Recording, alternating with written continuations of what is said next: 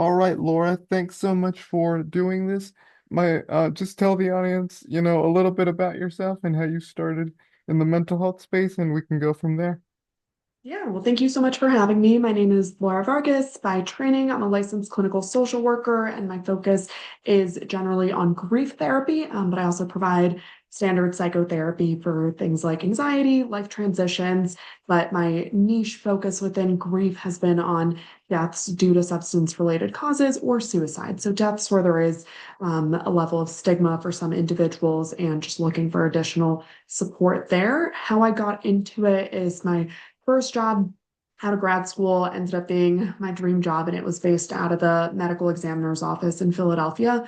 I knew that I wanted to do something where I was touching people on a level where there was kind of a large social issue. And I was coming out of school in the 2010s when we know that fentanyl was starting to increase and therefore drug deaths were starting to increase. So I started to focus on that population and absolutely fell in love with what I did because through grief, you see people's love and resilience going through such difficult, awful times when deaths are sudden, unexpected, people haven't planned for, prepared for them, ever even imagined them coming into place. So it's more than just what we think about with grief. It affects people's entire mental health, their entire being, their appetite, their sleeping, all of these things. So that's kind of where I learned to take more of a holistic approach where we're not just looking at one specific challenge or one specific issue. How is that coming up for that person in all aspects of their life and all aspects of their being, how society has kind of gotten them to where they are in the day that I'm connecting with them. hmm And how is grief different from bereavement?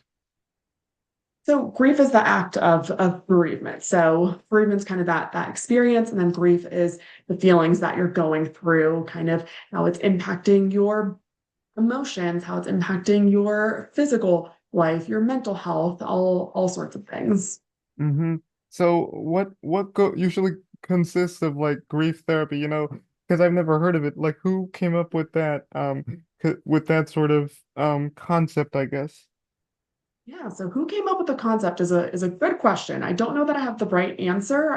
There are a lot of people in the field that have done pretty groundbreaking work with it. The probably the most famous one, or the one that people are most familiar with, is Robert Niemeyer. He's a psychologist based out of the Pacific Northwest. I believe you are there as well. And he's done a ton of work with grief, with meaning making in the grief experience, because previously, if you're going all the way back to Freud, and when we were thinking about mental health as something to overcome, to get over, to let go of, that was also being applied to grief. And we know that that's just simply not possible. People a lot of times refer to the stages of grief, which is actually incorrect. The stages of grief, those were developed by Elizabeth Kubler-Ross, and those were developed for individuals with terminal illnesses, so not for individuals grieving a death. Those were for individuals who were grieving kind of future opportunities. And so a lot of the people that came out in the 90s, and so is kind of when we started to change the conversation about grief, and when we started to focus on grief therapy being a little different than standard mental health therapy, because grief therapy is more so about adapting to carrying the loss versus trying to get over it, not think about it, let go of it. This was more so, how do we find meaning in it? How do we adapt to it? How do we accept the fact that this is going to be with us throughout our lives? What do we need to focus on to try to make it as bearable as possible, to try to make it something that actually gives us strength and resilience when it can be really difficult to do that, because for most people, it just knocks them off their feet when it happens, especially when it's unexpected. hmm And how is grief therapy different from other forms of therapy like CBT, DBT, parts work? Yeah, yeah. So it's similar in the sense that you're talking with a therapist. You come in, you share that precipitating factor. So with grief, it's most likely going to be a death, but grief therapy can also apply to non-death loss, like a divorce, like a kind of being diagnosed with something that changes the trajectory of your life. But for for our conversation, we'll focus on death loss. So in grief therapy, you come in with that, you start talking about it.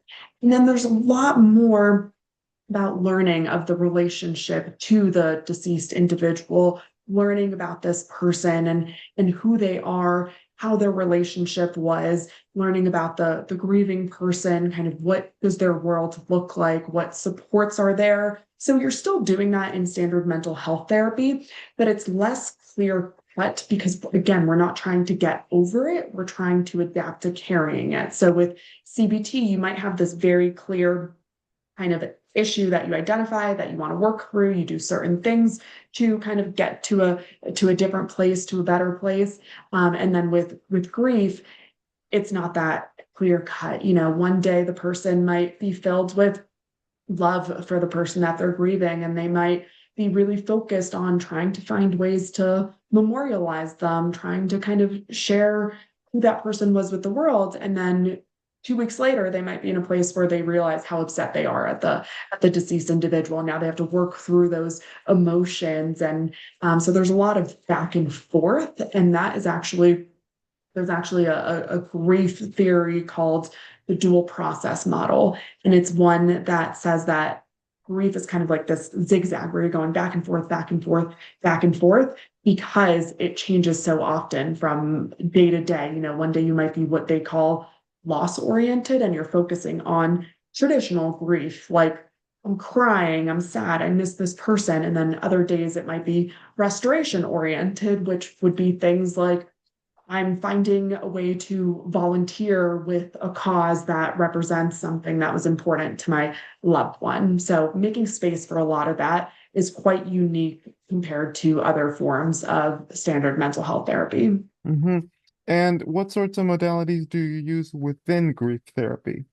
Yeah, so a lot of it is that meaning making therapy that I mentioned. That's from Robert Niemeyer, and that's really focusing on the story. For some people, rewriting the story, it's especially useful when the death is traumatic or stigmatized, something where people are placing blame on themselves. So a lot of that kind of is a big focus. Another thing is focusing on something called continuing bonds. So it's finding ways to stay connected to that person.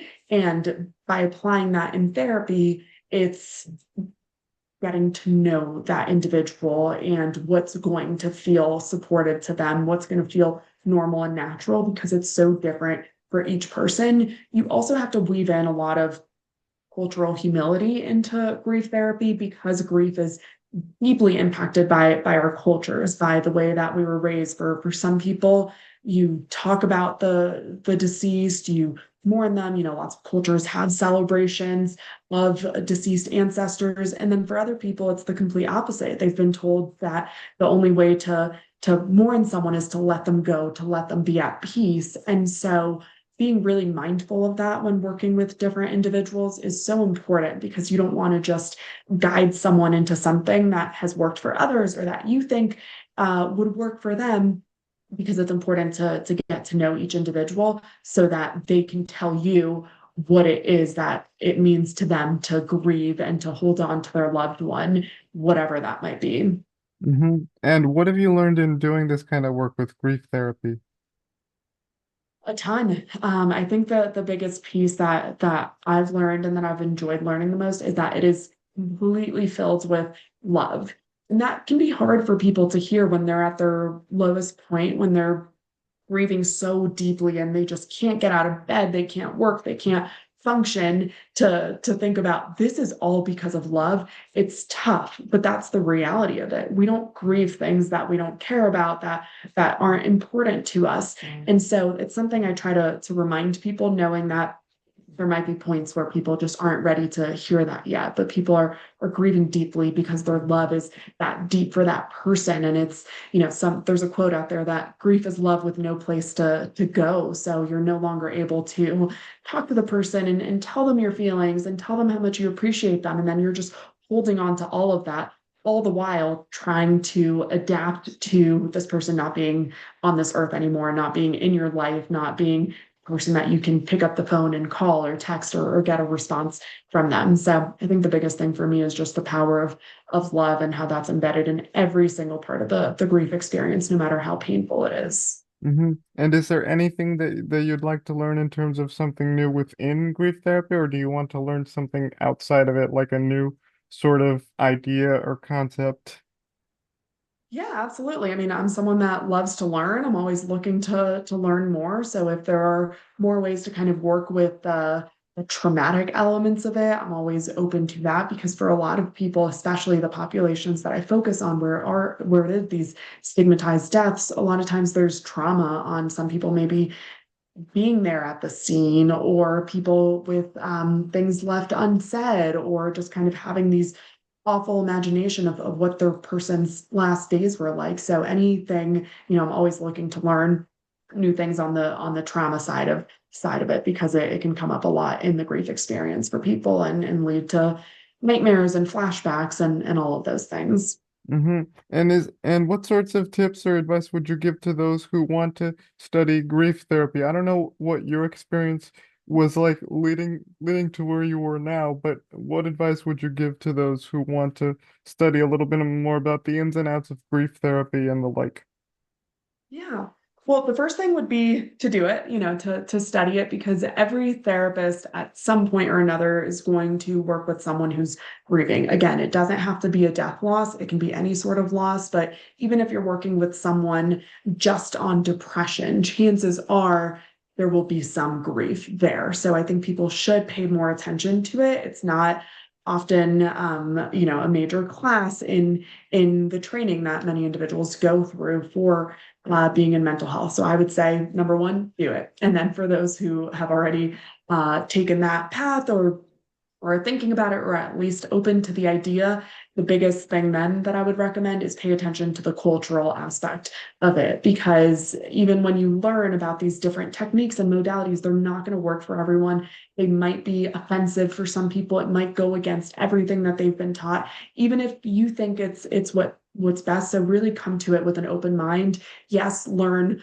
all of the techniques and tricks and tips that are out there, but know that there might be clients where that's just not going to work at all. And so always ask the client and constantly check in with them on what their upbringing has been tied to grief, kind of what they believe is, a natural way to go through the grief experience and really being respectful of that.